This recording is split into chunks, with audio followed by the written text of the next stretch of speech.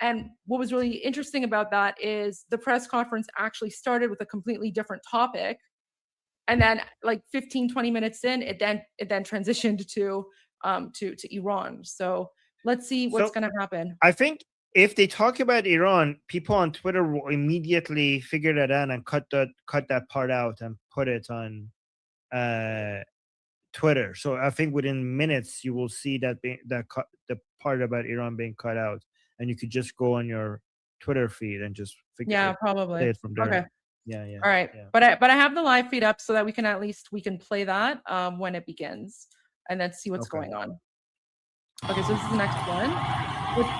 But look at the crowd size from somebody who's recording from far away.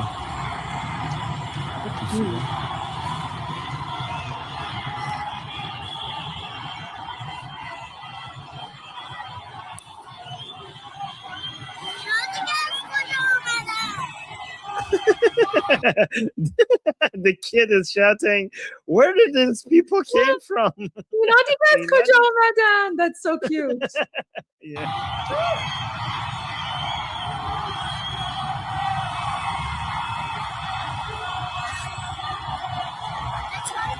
فیلم میگیرم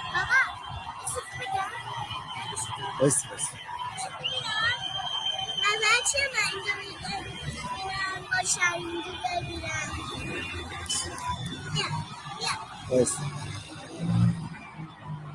The kid is trying to talking to the dad. The dad is saying like, wait, I'm recording this.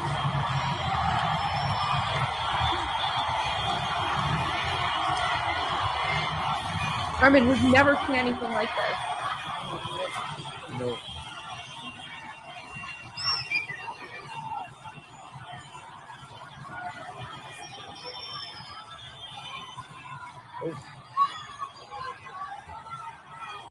Goldie, are you from Ahvaz? I am. Ahvazian. Okay. Okay, I think I just got a video from Ahvaz. Just right now from Ahvaz. Show me my people. Show me my people. Okay, the third video. I just uploaded. This just came right now. Okay. Let me play this one. So it says خیزش ملی ایرانیان معترضان در اهواز شعار مرگ بر خامنه‌ای و جاوید شاه سر دادند. So this is the revolutionaries in Ahvaz city, Goldie city. They're saying death to Khamenei and also long live the king. Yes.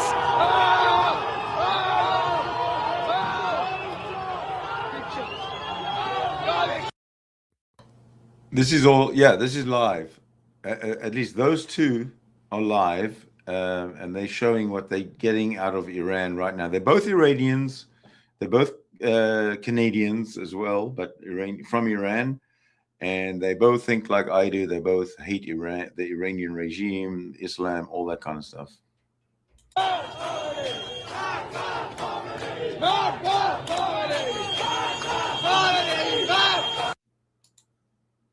Oh my God. Wow. More videos are coming in. So... Okay. Yeah. Go to the next one. You one. Want to do the two? Yeah. Okay. So wait. So this one has maybe it's blurred. It's blurred, yeah, but it might content. be disturbing. Yeah, that's fine. Okay. So this is okay. So by the way, I don't show this on my Persian channel because I don't want to scare people, so that they like. I don't want to. But the world needs to see this. But the Iranian people, we try not to highlight people shooting at the regime forces shooting at the people. But this one is شلیک نیروهای سرکوب به شهروندان معترض در کرمانشاه. So this is in Kermanshah, and the regime forces are shooting at the citizens apparently.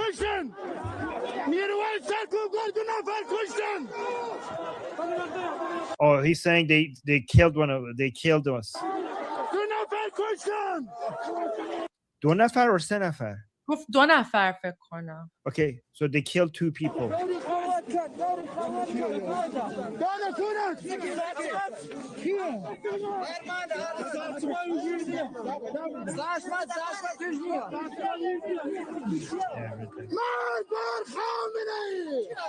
So look at how angry they killed 2 people, and he's saying death to Khamenei, and with such anger. Yeah.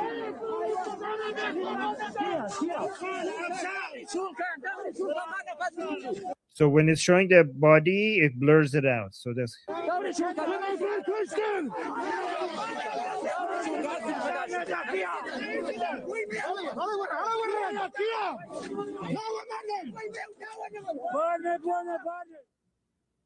wow. So It's utter chaos. It's utter chaos. Mhm. yeah. So this is this fool. Oh, by the way, this fool apparently right now is This full out I have a lot of family in this one. Shushtariya. Shushtari, Really? I have family. I have family in Afod, this fool, Abadan, Shushtar. Yeah, Khoram so Shar, I guys, think, too. this fool is one of the main places that people right now are showing up big. So let's watch this. So they're saying, long live the king, Javid Shah.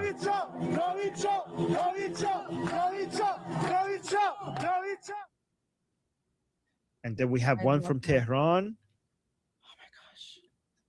Armin, does this I was gonna say, Armin, does this mean that like we can go back to Iran soon? Like, are we gonna celebrate Nowruz in Iran? Could you imagine?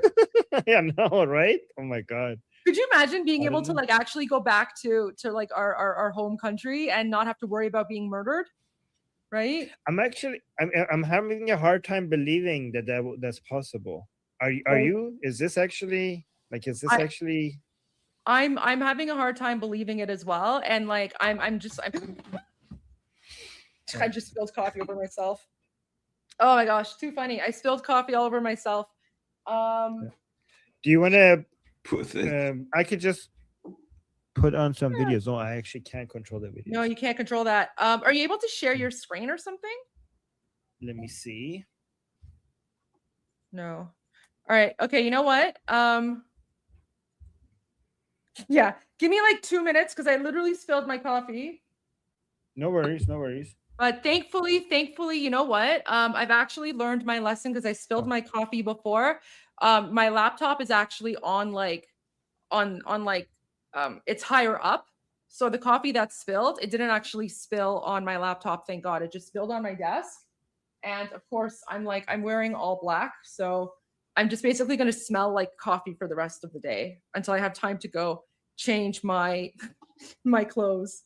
But yeah, give me like 2-3 minutes. I'll be right back. You find more videos, or do you have like a longer video or something? The Can Khamenei you one? like share? Yeah, maybe share that screen, and I could just like maybe review. Oh no, I'll review this one instead. Okay, let's review this one. Okay. We'll watch this one while you're away. Okay, And so then let we me can go back remove. to the video. But I think if you're able to share your screen, right, then you can do this for a while. Screen. Oh, perfect. Okay, Yeah. so you have control now. Oh, perfect. Okay, we should have done this earlier.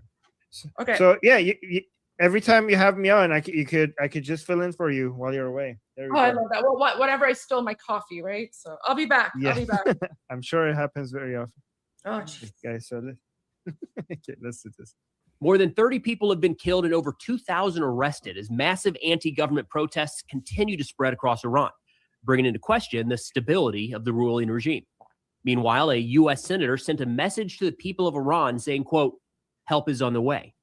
So let's get into what we know so far, including what prompted these protests, how the Iranian government is responding, and what to watch for going forward. Now, starting out, these protests were triggered in late December by an economic crisis in Iran that drove inflation to over 40% and saw a corresponding sharp rise in the price of food and basic goods. The Associated Press said, quote, the protests began first with merchants in Tehran before spreading. While initially focused on economic issues, the demonstrations soon saw protesters chanting anti-government statements as well. Understanding the scale of the protests has been difficult. Iranians. Yeah, guys, none of the chants has anything to do with the economy. It's very important for people to know that. Okay. In fact, to make that point, in one of the cities, people came in and they attacked the government-owned business, and they took all of the food supplies, and they, instead of stealing it and taking it home, to make sure that the people know that they're not like stealing or anything, they just threw it all into the streets. They took none of it home, even though they could have used that, right? But if you look at the chants, none of the chants mentions anything about the economy. because the requests of the Iranian people right now, it's not a request, it's the demand of the Iranian people is not about improving the economic conditions. It's about a total and complete removal of the Islamic Republic and all that it stands for. But more importantly than that, it's about bringing back Pahlavi. And it's very important for everyone to understand that the Iranian people do not just want to get rid of the Islamic Republic. And this revolution has not been successful, and it's not yet victorious. It's not yet over until Pahlavi is home. Because not only we don't want the Islamic Republic, we don't want anything else that represents the Islamic Republic, the leftist Islamic ideology and the MEK leftist and Islamic ideology that started the 1979 revolution. That's why we are asking for Pahlavi to come back home, because only Pahlavi represents the removal of everything that destroyed Iran. And it's not just the Islamic Republic. It's the mullahs, it's the leftists. I was around for the 1979 revolution, and it started just like this. It was a slow and growing momentum of people joining in the revolution until there were so many people, and the military, everybody just joined together in this revolution. Looks like that's what's happening now. It sparked the revolution, that's true. It did spark this revolution, but it's not what people are demanding. The people are demanding the return of Pahlavi. State media has provided little information about the demonstrations. Online videos offer only brief, shaky glimpses of people in the streets or the sound of gunfire. Journalists in general in Iran also face limits on reporting, such as requiring permission to travel around the country, as well as the threat of harassment or arrest by authorities.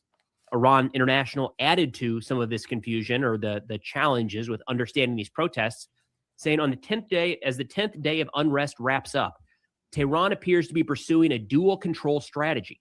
Widespread arrests of individuals described as riot leaders, alongside intensified news censorship and tighter restrictions on internet access. They say the website Asar-e-Iran reported on Tuesday that not a single reporter or photographer from non-state outlets is currently permitted to conduct field coverage of the demonstrations. And it's worth noting the Iranian government referring to these folks as rioters. And you'll hear a difference made here with Khamenei, where he refers to some people as protesters that need to be interacted with, and you discuss the challenges there, but others are rioters that need to be dealt with, arrested, and or worse. Of course, the line between protester and rioter in this case appears to be in the eye of the Iranian authorities.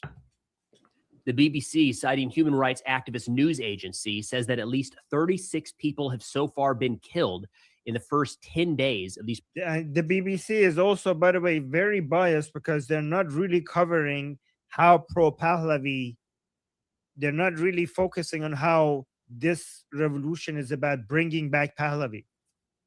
They're avoiding that on purpose. Protests across Iran. They say 34 of those confirmed killed were protesters, 2 affiliated with security services or government agencies. They add that more than 60 have been injured and 2,076 arrested. So somebody in the chat saying, I don't know, Armin, if I can be honest, you are too biased with the Pahlavi return, but for sure they want to get rid of the regime because the problem are them. And okay, the people in the streets are risking their lives asking for their king back. Are you retarded? Like, are you not seeing all the videos that are coming from Iran? Like, Armin, you're too biased. Don't trust me. Look at what the Iranian people are chanting in the streets. Most of the chants are either Javid Shah, this is the final battle, Pahlavi will return, or King Reza Pahlavi, or Reza Pahlavi, this is the national chant. Like, are you blind? Are you fucking blind? People are risking their lives coming into the streets to tell the world that they want Pahlavi. Are like, oh, I don't know, Armin. You seem so biased. Just open your fucking eyes. Sitting in a safe place with nothing to risk, and people are out there in the streets bleeding calling out for their Shah are like, oh, I don't know.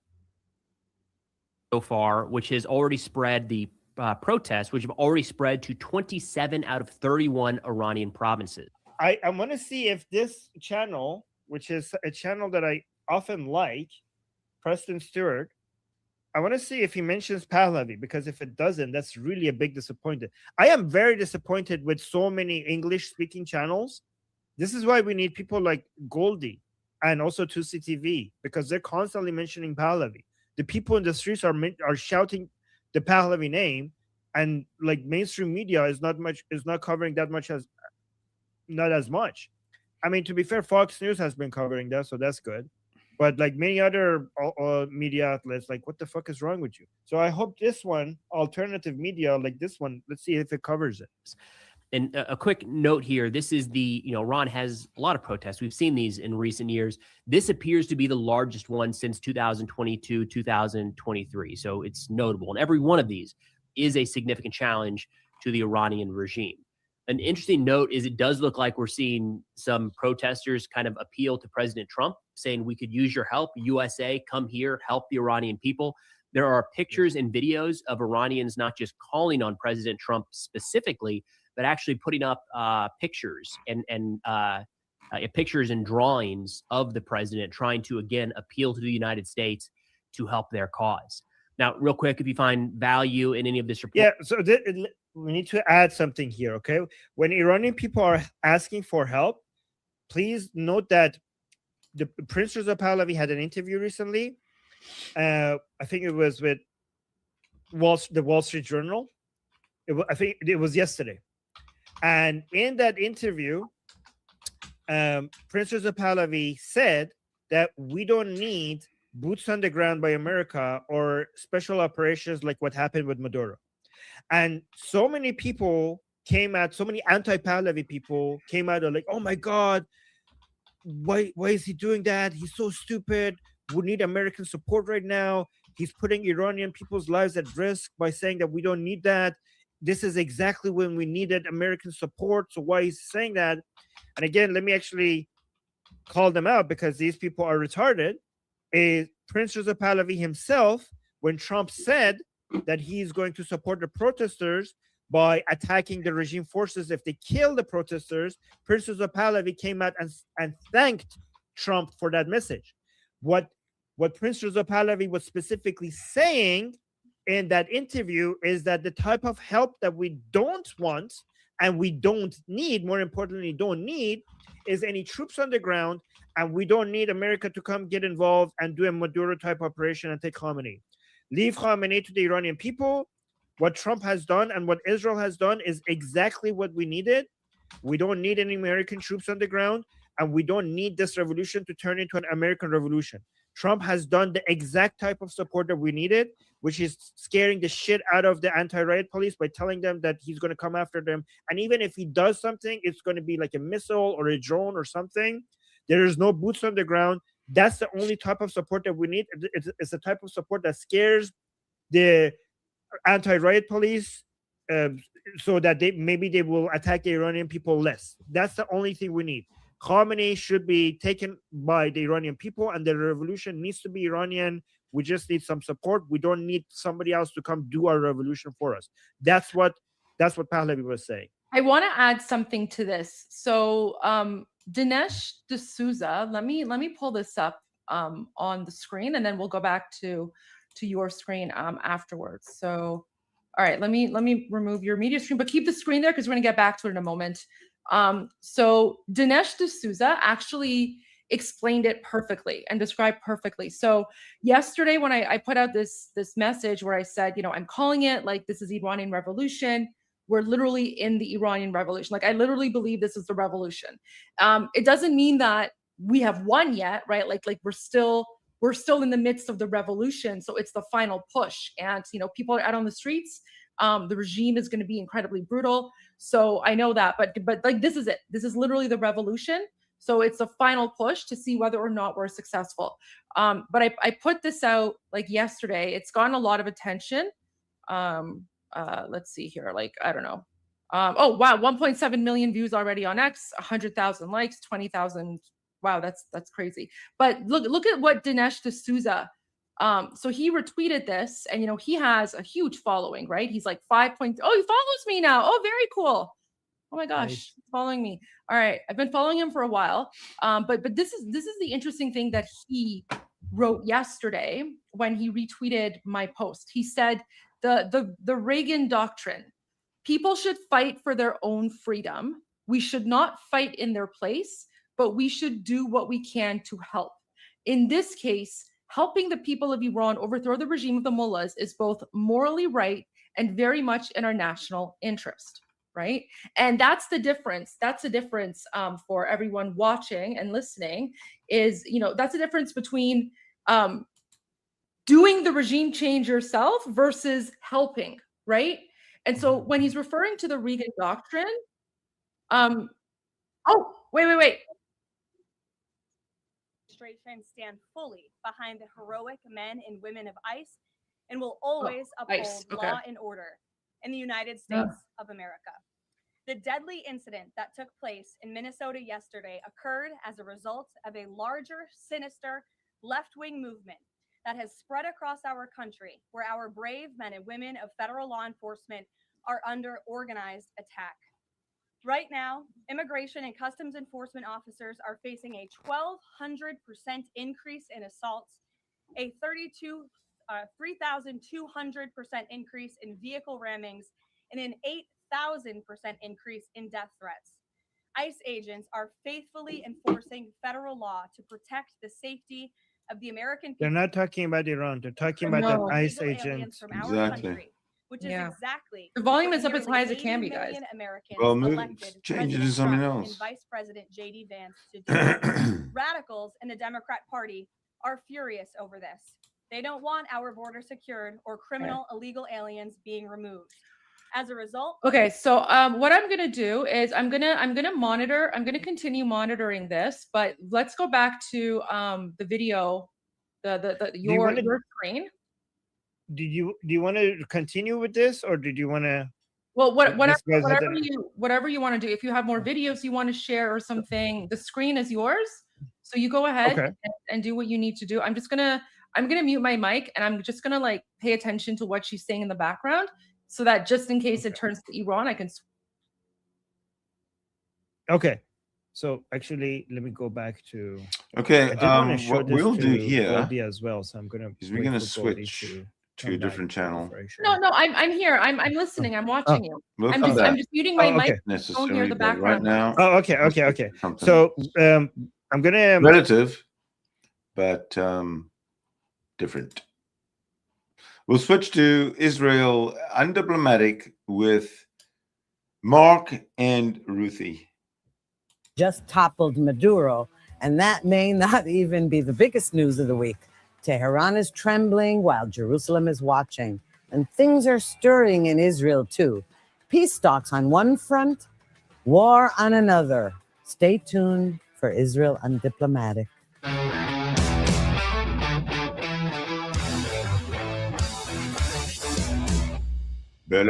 Shalom and welcome to another episode of Israel Undiplomatic. I'm here with my regular co-host, Ruthie Bloom. How are you today, Ruthie? I'm pretty good. I'm also a bit anxious and even excited about what's going on in the world, thanks to, or you could say due to, President Trump's moves, one after the other. We can hardly take a breath in between.